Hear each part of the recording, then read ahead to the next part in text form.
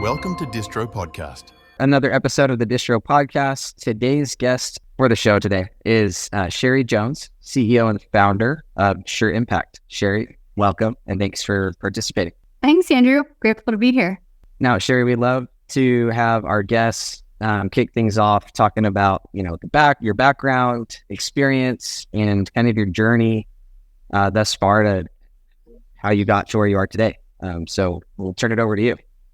Yeah, thank you. So I have had basically my whole entire career, 20 plus years, has been all focused on using data to solve complex social problems.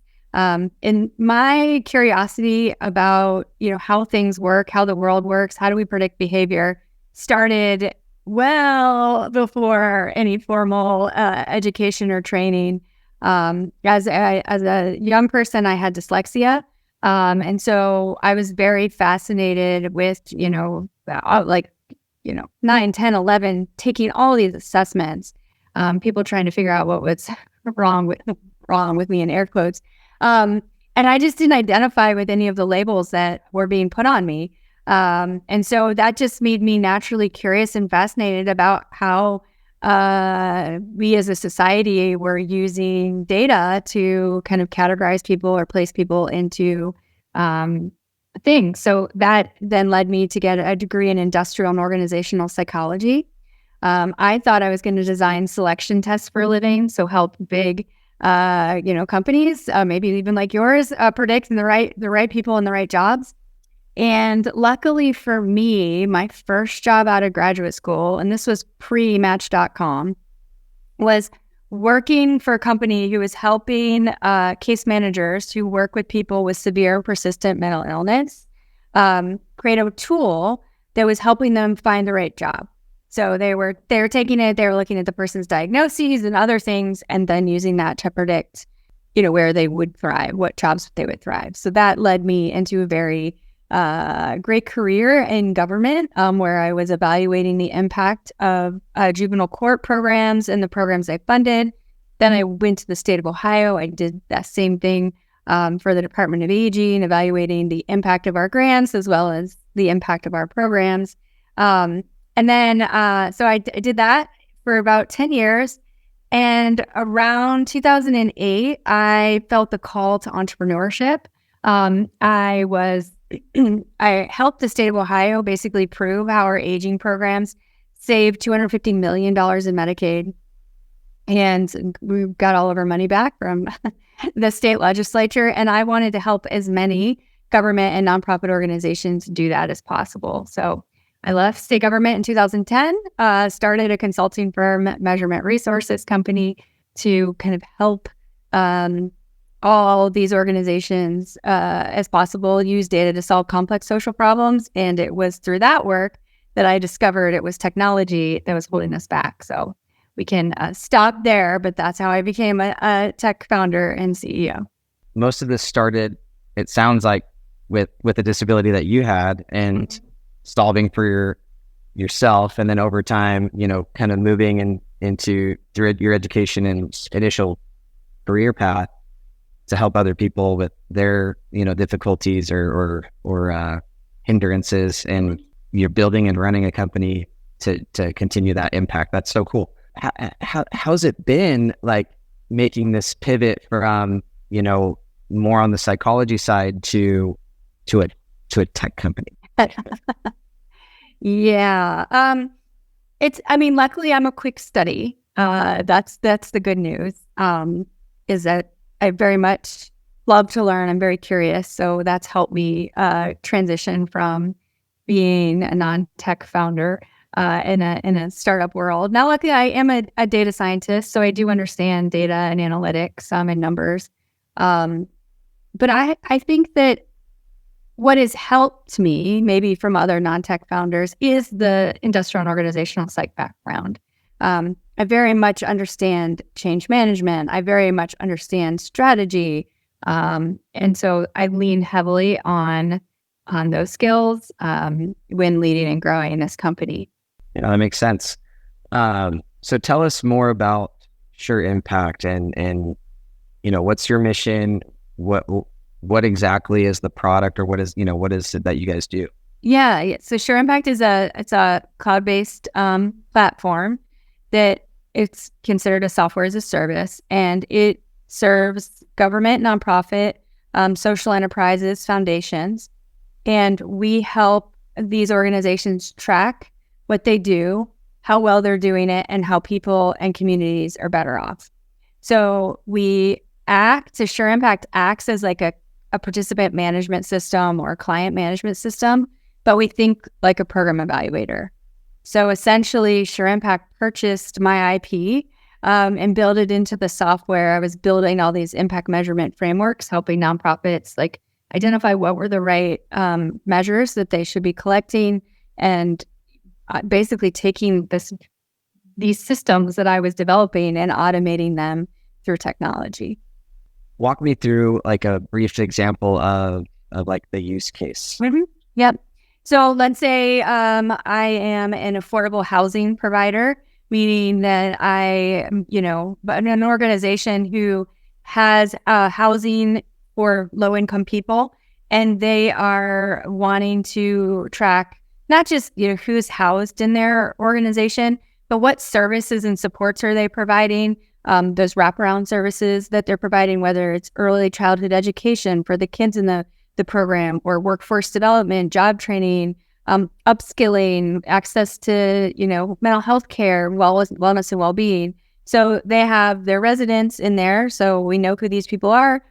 As people are getting different services or referrals, or they're recording what they're doing with those individuals. And then how are people better off? They're monitoring, did they successfully move out of, that low-income housing to housing where they're sustained on their own income? Did they increase their income? Or is their health and, wellness improving? So again, all of those analytics are presented in dashboards in real time for the decision makers to understand the effectiveness of their programs, the correlation between what they're doing and the results they're getting, which allows them to scale their programs. It allows them to be more successful at writing grants and raising money.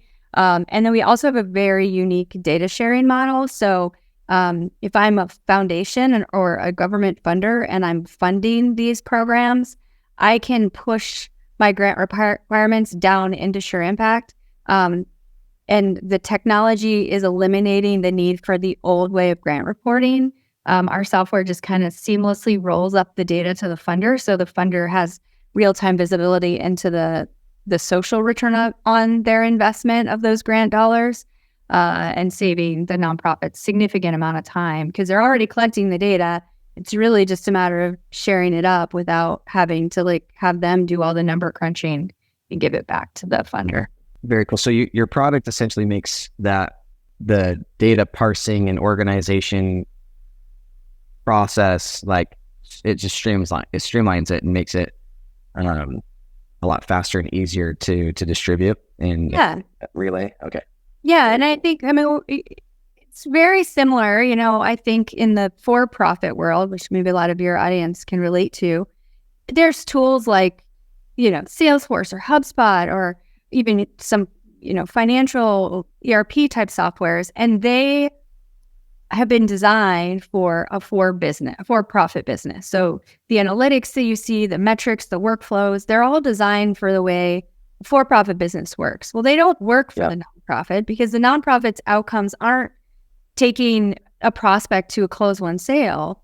It's about taking someone who is, living in poverty to now thriving economically. So those are different metrics. Yeah, the key results are completely different, right? Yeah, need to track. And before Sure Impact, most nonprofits were trying to take a tool that was built for salespeople and making it work for them. Yeah, that makes sense. Got it. So tell us about the team or the organization. What are the team dynamics? How many people do you guys have part of the company today? Yeah. Well, we're still, considered early stage. We have 8 full-time employees and rely on some other contractors as well. One of our big wins in the last 2 years, when I started the company, I was using external developers to help me, but we were able to transition our dev team in-house, which is just fantastic and amazing to have people who are fully devoted on the product day in and day out. And we've got marketing, customer success, customer support, individuals. I still manage sales. So is Shirt Impact also a nonprofit, or are you guys a for-profit serving the nonprofit sector?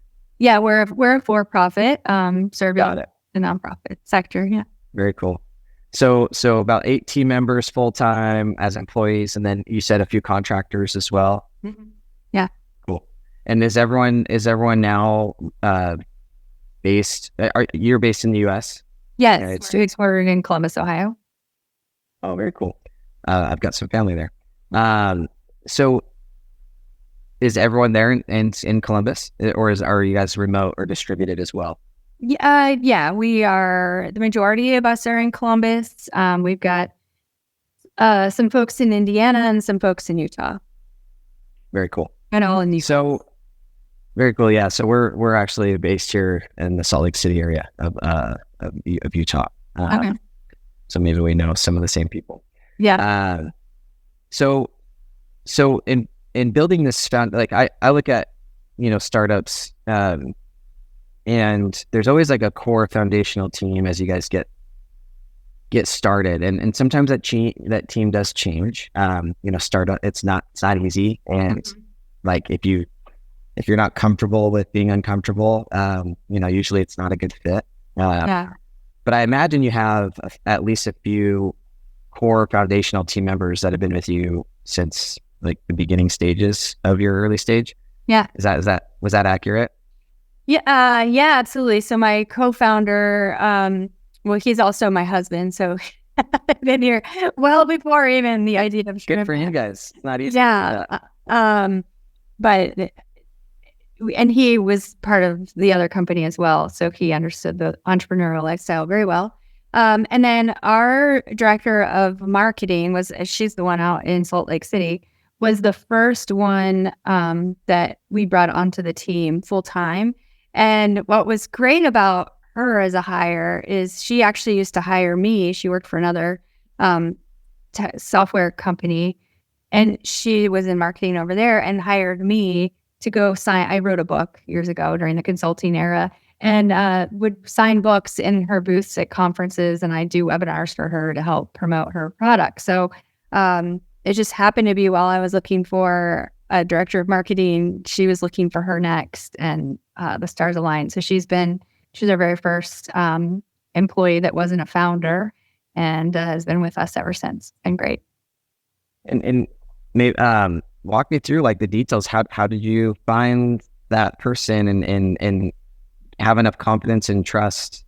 Like what was your approach to like getting to that point and being like, okay, I think we can bring them on in this super early stage, and I think they could be like make a huge impact.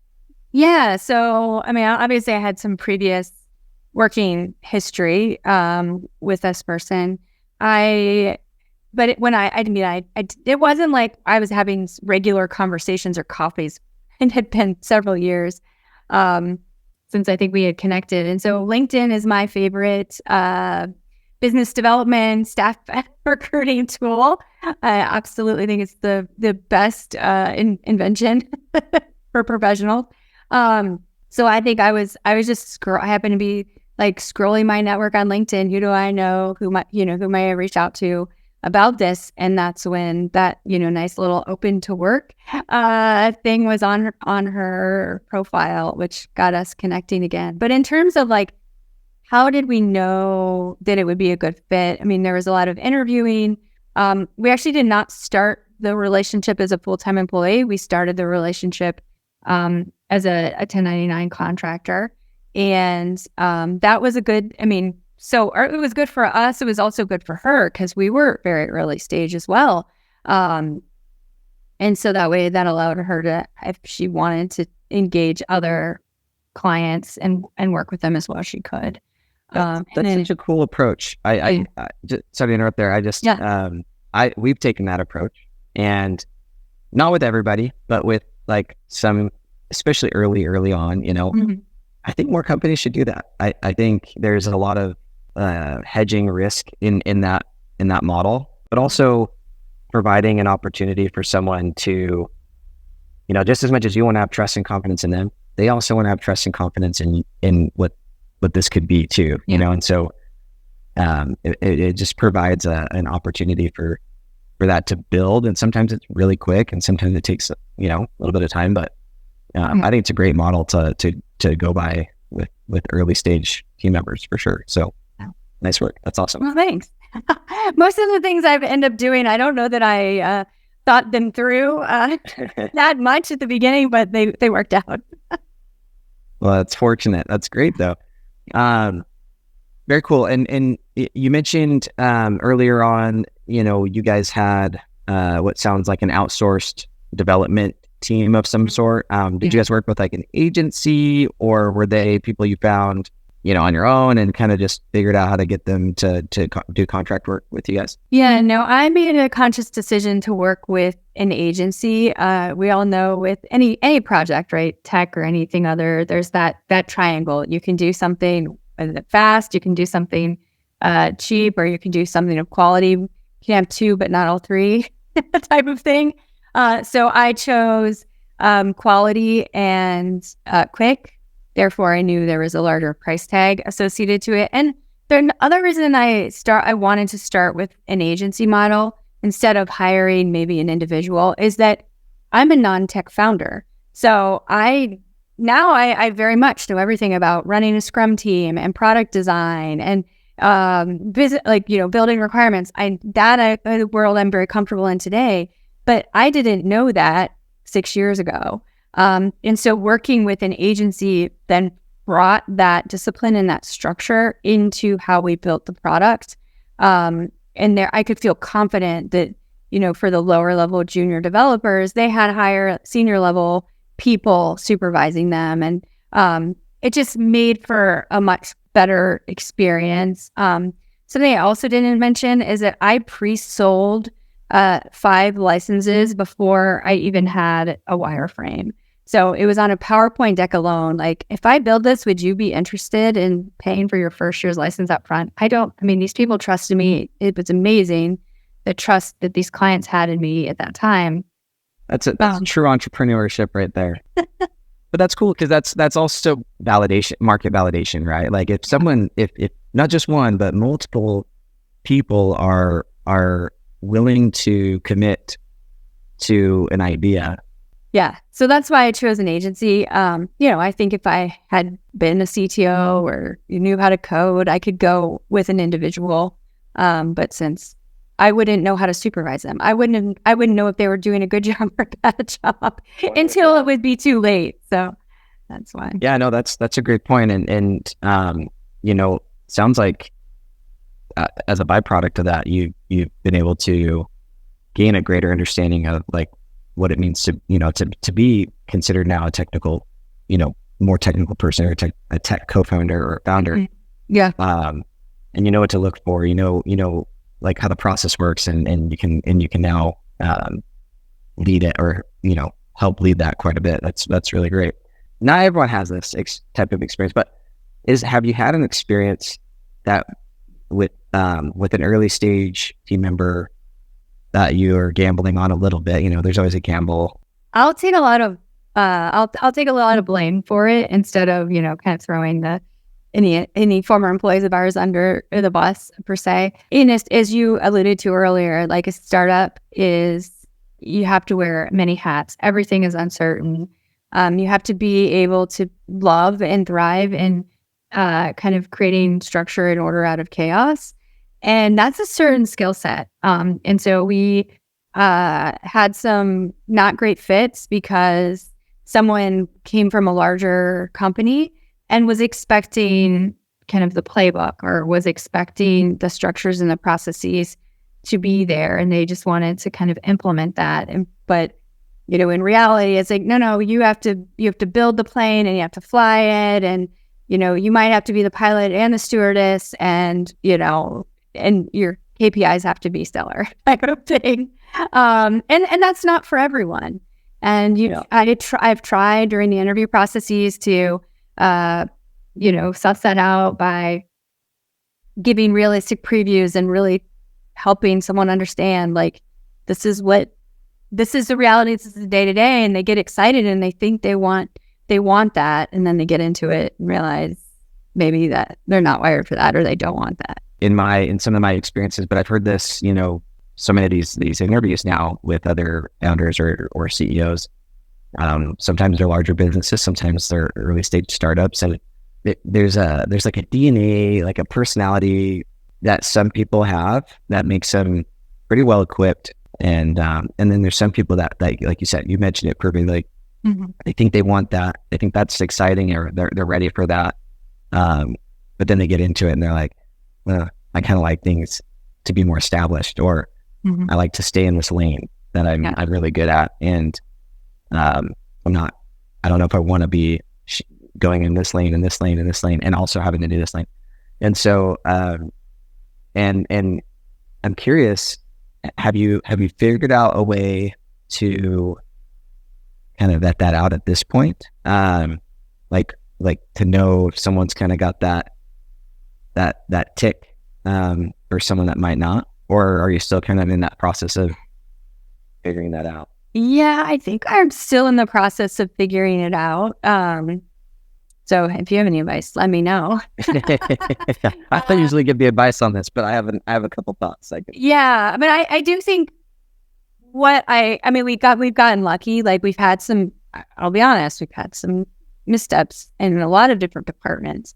But when we finally found the right person with that kind of ability to take order out of chaos, it's been such a magical thing, because it only takes one in each department to be able to take that order, put some structure to it. And then once the structure's in place, then we can scale that team with the people who are want more established work. So if I were to do it all over again, I think if the question was, what would you do if it would really be really getting clear on, tell me a time when. No, and that's kind of the route I've learned to take.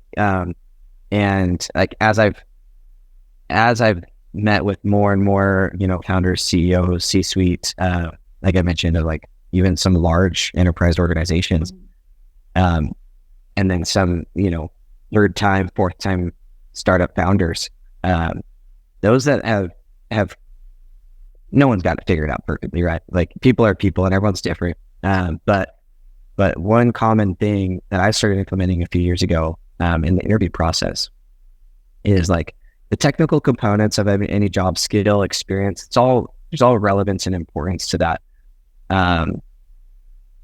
But like an early stage business, those things matter. But this component, this other thing matters a little bit more, and people can learn and figure stuff out as they go. And so one of the core interview questions I like to focus on is, tell me about the hardest thing you've experienced or been through. And I'm open to like whatever their response is. Because my hope is that they're going to actually think about it for a sec and then talk about whatever they're willing to share about the hardest thing they've been through is.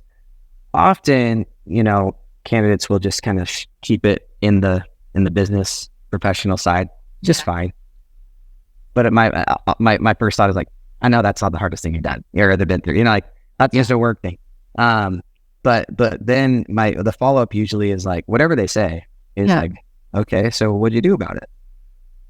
And what I'm trying to hear is like, it's okay if it's something that happened to them, or if they were a victim of a circumstance, but I'm looking for any sort of ownership. This thing happened to me, so here's what I did about it, or this situation unfolded, and I could have done this and this better. Now I know, I handled it this way. I looked at it for what it was. I'm looking for like ownership there, and I found that those that can like express what they went through and provide that context of like how they handled it and what they could focus on, what they could control. Mm-hmm. It seems like those are the people that tend to thrive in the startup environment. Not always, but most of the time, because they walk in with that it's not about their job. It's about what can I do about whatever my situation is. Yeah. So anyway, just a couple 2 cents there. Yeah. Yeah. Well, maybe try that. I don't know. We'll see. I like that. Another question, if we're sharing favorite interview questions that I love is, and because of the customers we work with, empathy it's huge. And it just, because we're asking people who don't love technology to implement technology. So we've got to hold their hand and walk them through it. And so a question I love to ask people is, tell me 3 recent experiences where someone's shown you kindness. Because empathetic people understand kindness. And if someone struggles to answer that question, I can kind of, tease out that they probably don't have that same level of empathy. But if someone can rattle off like, oh, on the way to work today, someone let me into traffic. And then, my significant other brought me coffee. Because it doesn't have to be these like grand gestures that, someone gave me $20,000 for my car. Like it can just be, an act of kindness. Yeah. And I think people who are very empathetic and kind see that all over. That is a great question.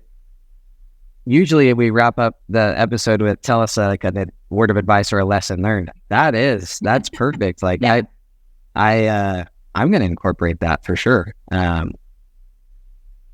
Empathy is everything. I mean, I think that's kind of what helps the world keep progressing forward. The lack of empathy is what causes problems and chaos. Yeah. In my opinion.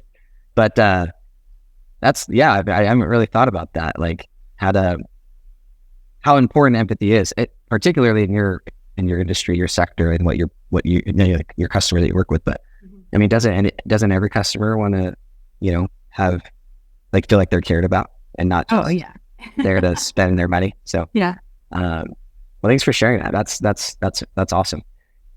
On that note, do you have any additional advice or lesson learned that you'd like to share as it pertains to building your foundational team or identifying a key team player and anything like that?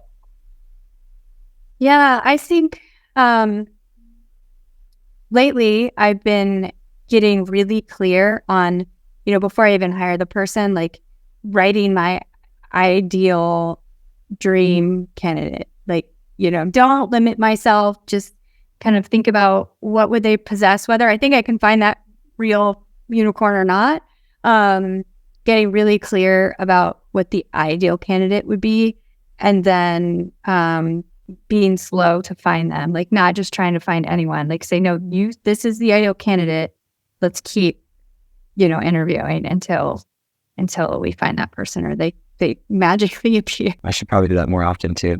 I think that's pretty cool, because if you can think through it, you're already empathizing too by doing it, like putting yourself in the position of who is this person? What do they? How are they?